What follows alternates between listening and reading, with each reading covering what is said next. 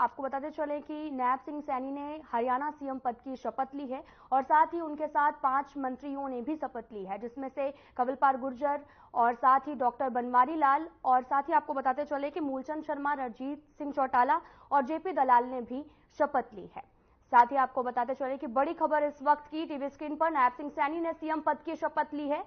बड़ी खबर इस वक्त की हरियाणा के नए सीएम नैब सिंह सैनी है। राजभवन में शपथ ग्रहण समारोह का कार्यक्रम रखा गया, जहां पर मंच पर पूर्व सीएम मनोहर लाल भी मौजूद रहे।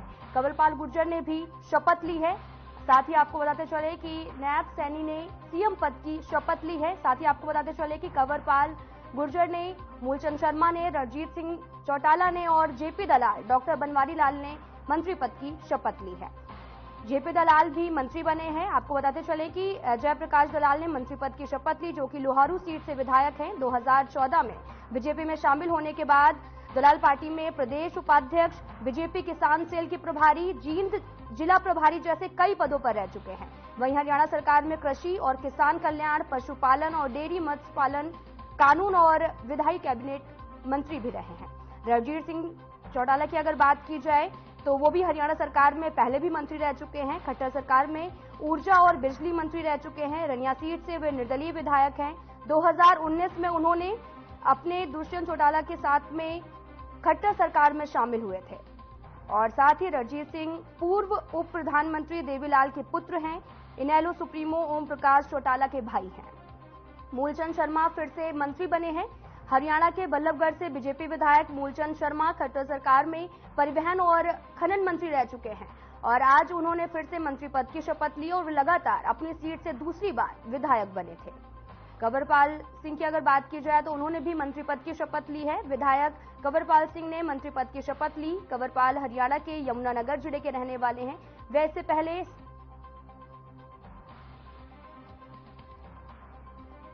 इसी खबर पर ज्यादा जानकारी के लिए हमारे संवाददाता ओपी जुड़ चुके हैं। आपसे जानना चाहेंगे कि शपथ ग्रहण समारोह हो चुका है, जिसमें से 5 मंत्री बनाए गए हैं। देखिए अंकिता, अगर आज के मंत्रिमंडल की बात करें तो पूरी तरीके से एक रिवायती था।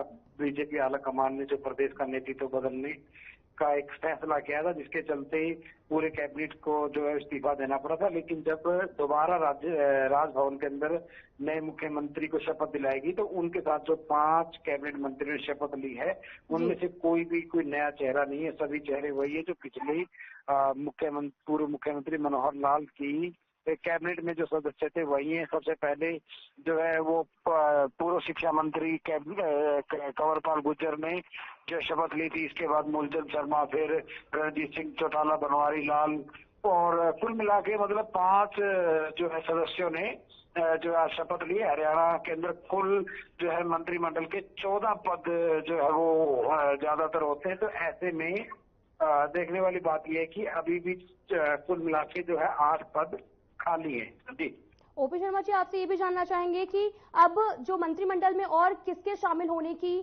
आशंका है, किन और मंत्रियों के शामिल होने की आशंका है? देखिए अभी कौन शामिल होगा कौन नहीं शामिल होगा इसको लेकर कुछ कह नहीं सकते, क्योंकि जो हरियाणा के जो पूर्व में गृह मंत्री अनिल सिंह अम्बाला कैंट से 5 बार के जो विधायक रह चुके हैं, बीजेपी एक बड़े नेता माने जाते हैं, वो कहीं ना कहीं श्री सफल से नाराज हैं और वो जो है वो अपने घर में जो है अम्बाला कैंट के अंदर बैठे हैं। तो उनके शामिल नहीं होने के चलते अभी शायद हमें उम्मीद करनी होगी कि अगले 1 से 2 दिन में एक बार फिर जाहिर सी बात है मंत्रिमंडल का जो है वो विस्तार होगा और जो बाकी मंत्री हैं कुल मिलाकर अगर जो 14 मंत्री हैं उनमें से अगर बात करें तो करीबन 10 मंत्री जो है वो कैबिनेट स्तर के होते हैं मुख्यमंत्री को मिलाकर। तो आज तो 6 लोगों ने शपथ ली है, तो अभी भी जो 8 लोग बाकी हैं उम्मीद करते हैं कि सरकार जो है वो किसको नाराज करेगी और किसकी नाराजगी को दूर करके उसको जो है मंत्रिमंडल में लेके आएगी। तो इसका इंतजार करना पड़ेगा। अगले पूरे 2 से 3 दिन में जो भी मंत्रिमंडल के सदस्य पार्टी आलाकमान निर्धारित करेगा उनको भी शपथ दिलवाई जाएगी। जी अंकिता। ओपी शर्मा जी, आपसे ये भी जानना चाहेंगे कि जो भी अभी 5 लोगों ने शपथ ली है उसमें से मनोहर सरकार के ही मंत्री रह चुके हैं, तो क्या आगे भी जो शपथ लेने वाले हैं क्या वो मनोहर सरकार के ही मंत्री हो सकते हैं? देखिए इस बारे में फिलहाल कुछ भी कयास नहीं लगाया जा सकते। भारतीय जनता पार्टी की यही एक खास विशेषता है कि इसमें मीडिया जो सोचता है उसके बिल्कुल उलट होता है। ये लोग जब भी कोई योजना बनाते हैं तो मीडिया से कहीं ना कहीं बिल्कुल आभास भी नहीं होने देते हैं। जहां तक अगर सरकार की बात करें तो अनिल विज नाराज हैं, तो अगर वो अपनी नाराजगी बरकरार रखते हैं और है तो कहीं ना कहीं एक चेहरा नया आएगा। लेकिन अनिल विज अब एक बड़े पंजाबी चेहरे के तौर पर भी कैबिनेट में रखने जरूरी है। तो अब कुछ ऐसी बातें हैं जिनके ऊपर पार्टी में मंथन होगा। जाहिर सी बात, आज जिन 5 कैबिनेट मंत्रियों ने शपथ ली है उसके बाद देखा जाएगा कि अब किस तरीके से किसका नंबर पड़ता है और किसका नंबर जो है कटता है। जी, जैसे कि अभी हमने देखा कि 4 विधायक भी मौजूद रहे, तो क्या उन्हें भी पद मिलने की कोई उम्मीद है? देखिए, जेजेपी के विधायकों को पद मिलने की कोई उम्मीद अभी हम नहीं कर सकते, क्योंकि जब तक जेजेपी पार्टी के साथ विधायक बगावत नहीं करते हैं तब तक जेजेपी को कोई खतरा नहीं है। और आज अगर 5 विधायक थे तो अभी भी 2 विधायक और होने के बाद शायद जेजेपी को में जो है तोड़फोड़ जो है वो दल बदल बड़े स्तर के ऊपर जो किसी तरीके से करवाया जा सकता है। लेकिन देखो, शिष्टाचार के नाते सभी जो 500 जेजेपी के विधायक हैं वो एक शामिल हुए हैं। ठीक है, पार्टी का प्रोटोकॉल था या पार्टी ने उनको जाने से मना किया था, ये बात की बातें हैं। लेकिन अगर इन 500 विधायकों की बात करें तो ये 500 विधायक पहले किसी न किसी पार्टी में रहे थे। बरवाला से जोगीराम सिहाग जो आज शामिल हुए हैं वो पिछली बार जेजेपी चुनाव लड़े थे, उन्होंने बीजेपी से जो है टिकट मांगा था और वो 2009 में भारतीय जनता पार्टी से चुनाव भी जो है वो लड़ चुके हैं। लेकिन उनको 2019 के अंदर टिकट नहीं दिया तो वो जेजेपी के खेमे में आकर चले गए, पुराने बीजेपी के कार्यकर्ता रहे। तो उस बहाने उस लहजे से भी वो आ गए हैं। वहीं अगर ईश्वर सिंह की बात करें तो ईश्वर सिंह हरियाणा में कांग्रेस के एक बड़े कदावर नेता रहे हैं। वो भी जो एससी कमीशन है उसके जो है मेंबर भी रहे हैं। तो इसी तरह बाकी जितने भी कार्यकर जो जेजेपी विधायक शामिल है वो कहीं ना कहीं जो है वो दूसरी पार्टियों से उनमें आए थे तो वो चले गए, लेकिन उनके वो टिकट या किसी तरह का कैबिनेट में जगह मिलने की फिलहाल कोई उम्मीद नहीं है। जी, आपको ओपी शर्मा जी, आपसे ये भी जानना चाहेंगे कि पूर्व सीएम मनोहर लाल को बड़ी जिम्मेदारी सौंपने की बात कही जा रही है, तो आपसे ये जानना चाहेंगे कि क्या वो बड़ी जिम्मेदारी हो सकती है? देखिए, अब मुख्यमंत्री मनोहर लाल को बड़ी जिम्मेवारी किस तरीके से पार्टी देती है तो पार्टी का काम है, क्योंकि अभी लोकसभा चुनाव होने तो क्या उम्मीद की जा सकती है इनको गुरुग्राम या फिर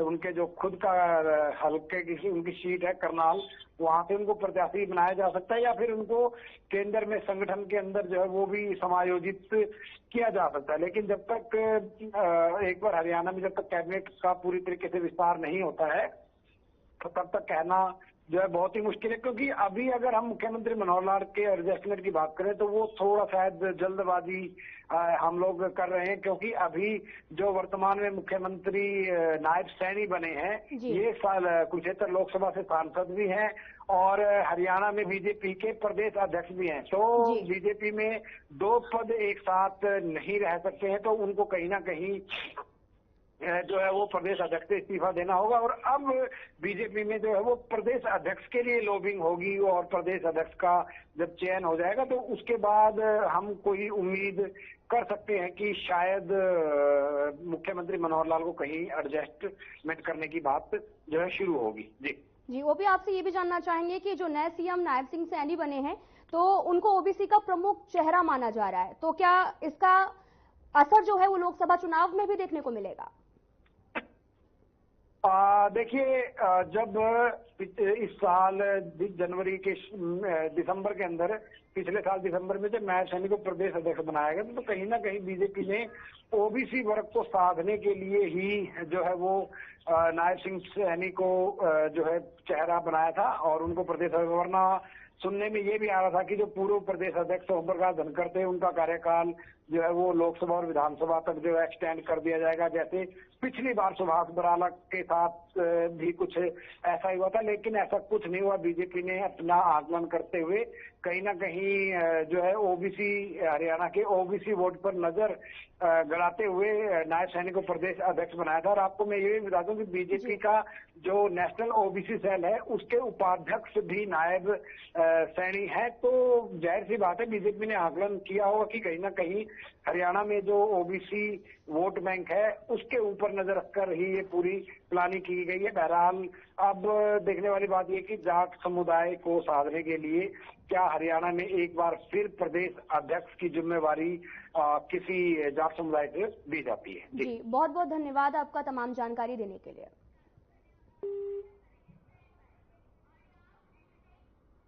फिलहाल इस वीडियो में इतना ही। नमस्कार।